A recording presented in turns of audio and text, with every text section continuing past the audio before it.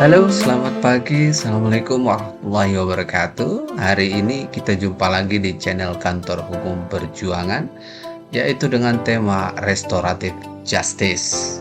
Ikuti kita terus, kita akan membahas tentang detail apa itu Restoratif Justice.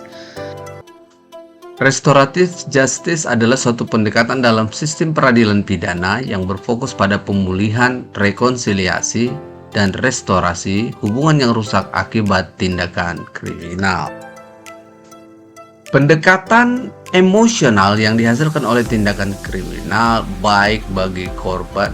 Pendekatan ini menekankan upaya untuk mengatasi akar masalah dengan dampak psikologis, sosial, dan emosional yang dihasilkan oleh tindakan kriminal, baik bagi korban, pelaku, maupun masyarakat secara keseluruhan. Prinsip utama dari restoratif justice adalah menggeser fokus dari hukuman dan pembalasan semata kepada penyelesaian masalah dan pemulihan. Dalam pendekatan restoratif justice, terjadi dialog antara korban, pelaku, dan komunitas untuk membahas konsekuensi tindakan kriminal dan mencari solusi yang sesuai untuk semua pihak.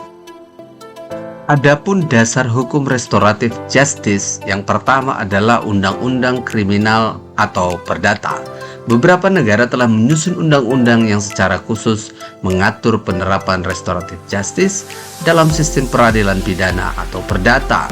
Undang-undang semacam ini dapat menyediakan dasar hukum untuk mengintegrasikan pendekatan restoratif dalam proses penanganan kasus-kasus tertentu. Dasar hukum restoratif justice. 2. Kode etik atau pedoman. Di beberapa yurisdiksi restoratif justice mungkin diakui melalui kode etik atau pedoman yang dikeluarkan oleh badan-badan hukum atau lembaga pemerintah terkait.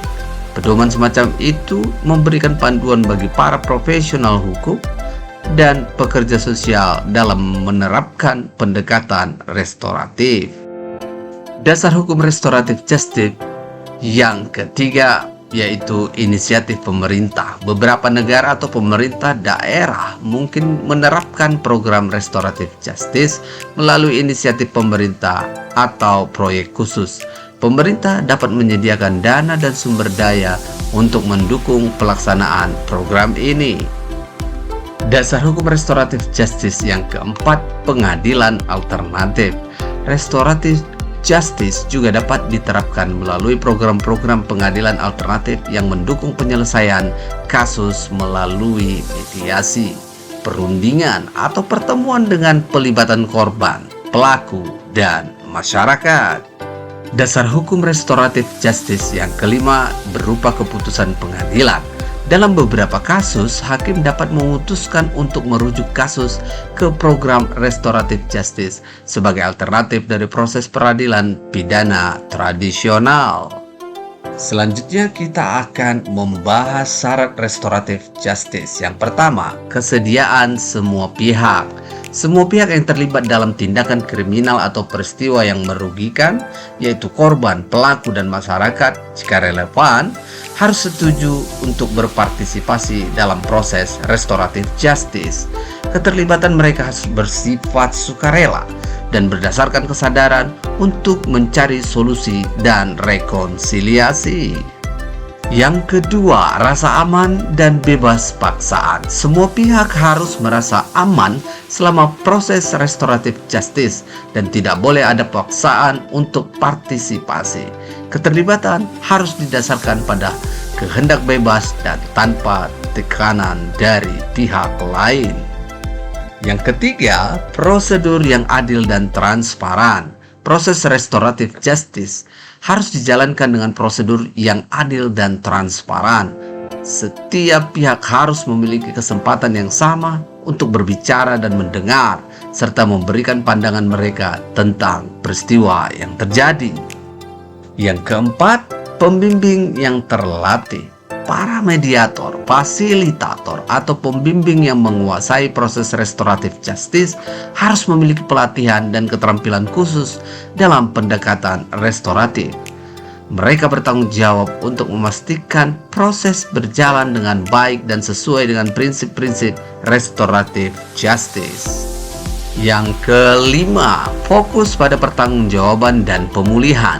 Tujuan utama dari restoratif justice adalah untuk mendorong pertanggungjawaban pelaku terhadap tindakannya dan mengupayakan pemulihan korban serta pemulihan hubungan yang terganggu.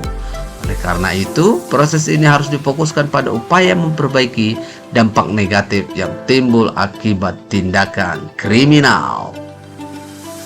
Yang keenam, perlindungan hak korban. Hak-hak korban harus tetap dihormati dan dilindungi selama proses restoratif justice. Mereka harus merasa didengar dan dihormati dalam mengekspresikan kebutuhan dan keinginan mereka. Nomor 7, penanganan kasus tertentu. Tidak semua kasus kriminal cocok untuk restoratif justice. Pendekatan ini lebih sesuai untuk kasus-kasus dengan tingkat kejahatan yang lebih rendah, di mana pemulihan dan rekonsiliasi antara korban dan pelaku dianggap mungkin. Nomor 8, kerjasama dengan sistem peradilan pidana konvensional. Restoratif justice dapat menjadi alternatif atau pelengkap dari sistem peradilan pidana tradisional. Dalam beberapa kasus, keputusan pengadilan dapat merujuk kasus ke proses restoratif atau menggabungkan elemen restoratif dalam hukuman yang ditetapkan. Penerapan restoratif justice. Penerapan restoratif justice adalah proses penggunaan pendekatan restoratif dalam penanganan kasus-kasus tindak pidana atau peristiwa yang merugikan. Pendekatan ini bertujuan untuk mencapai rekonsiliasi dan pemulihan melalui dialog terbuka dan responsif antara korban, pelaku, dan masyarakat yang terkena dampak. Contoh penerapan restoratif justice. Yang pertama, sistem peradilan anak. Dalam sistem peradilan anak, restoratif justice telah diadopsi untuk membantu anak-anak pelaku tindak pidana untuk berubah dan bertanggung jawab atas tindakan mereka. Pendekatan ini berfokus pada upaya rehabilitasi dan pemulihan daripada hanya memberlakukan hukuman. Yang kedua, mediasi atau pertemuan restoratif. Dalam beberapa kasus kriminal, mediator atau fasilitator dapat membantu mengatur pertemuan antara korban dan pelaku untuk membahas akibat tindakan kriminal dan mencari solusi yang dapat mengembalikan keseimbangan.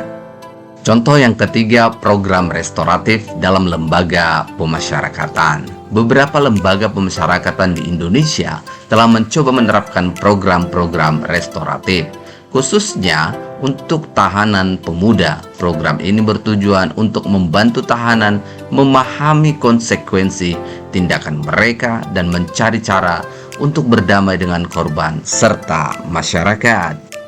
Contoh nomor 4, alternatif pemidanaan. Dalam beberapa kasus, pengadilan dapat memutus untuk memberlakukan alternatif pemidanaan dengan mengintegrasikan elemen-elemen restoratif seperti permintaan maaf, restitusi, atau pelayanan masyarakat. Contoh yang kelima, pengembangan kebijakan publik. Restoratif justice juga dapat diimplementasikan melalui pengembangan kebijakan publik yang mendorong pendekatan restoratif dalam penegakan hukum dan penanganan kasus-kasus tindak pidana. Contoh penerapan restoratif justice nomor 6 di program sekolah. Dalam konteks pendidikan, pendekatan restoratif dapat diterapkan sebagai cara untuk menangani konflik di antara siswa atau melibatkan siswa dalam proses pemecahan masalah dan perdamaian. Bunga mekar di perbukitan, sawah luas di pedesaan. Terima kasih untuk perhatian, mohon maaf untuk kesalahan. Dari irian banyak cendrawasih, roti mengambang diberi ragi. Cukup sekian dan terima kasih. Mudah-mudahan video yang kami tampilkan bermanfaat. Sampai jumpa di video-video selanjutnya. Tetap stay tune di channel Kantor Hukum Perjuangan. Jangan lupa subscribe. Sampai jumpa.